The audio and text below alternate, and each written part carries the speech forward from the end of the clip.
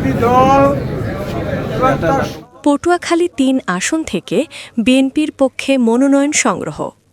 পটুয়াখালী থেকে সঞ্জয় ব্যানার্জির প্রতিবেদনে দেখুন বিস্তারিত। পটুয়াখালী ৩ আসনে আসন্ন ত্রয়োদশ জাতীয় সংসদ নির্বাচনে পটুয়াখালী ৩ দশমিনা গলাচিপা আসন থেকে বাংলাদেশ জাতীয়তাবাদী দল বিএনপি কেন্দ্রীয় নির্বাহী কমিটির সদস্য ও সাবেক ঢাকা বিশ্ববিদ্যালয় ছাত্রদল সভাপতি হাসান মামুনের পক্ষে সহকারী রিটার্নিং অফিসার ও গলাচিপা উপজেলা নির্বাহী অফিসার মাহমুদুল হাসানের কার্যালয় থেকে উপজেলা নির্বাচন অফিসার মোহাম্মদ হোসেন ও প্রশাসনিক কর্মকর্তা মোহাম্মদ ফারুকুজ্জামানের উপস্থিতিতে মনোনয়ন ফর্ম সংগ্রহ করলেন গলাচিপা উপজেলা বিএনপি।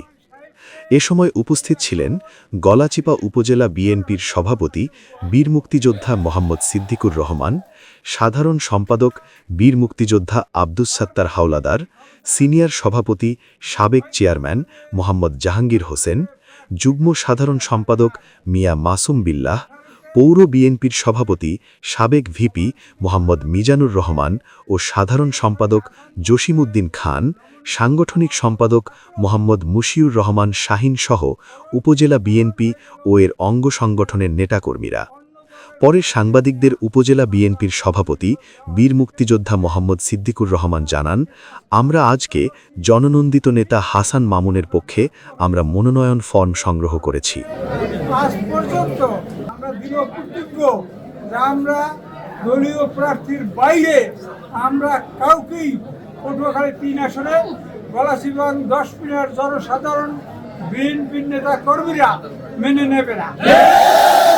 যার কারণে আমরা প্রস্তুতি নিতেছি আমাদের এই প্রার্থী হাসান মামুন ভাইকে জয়ের জন্য। আমরা সকল নেতা কর্মী সর্বাত্মক ত্যাগ স্বীকার করব ইনশাআল্লাহ।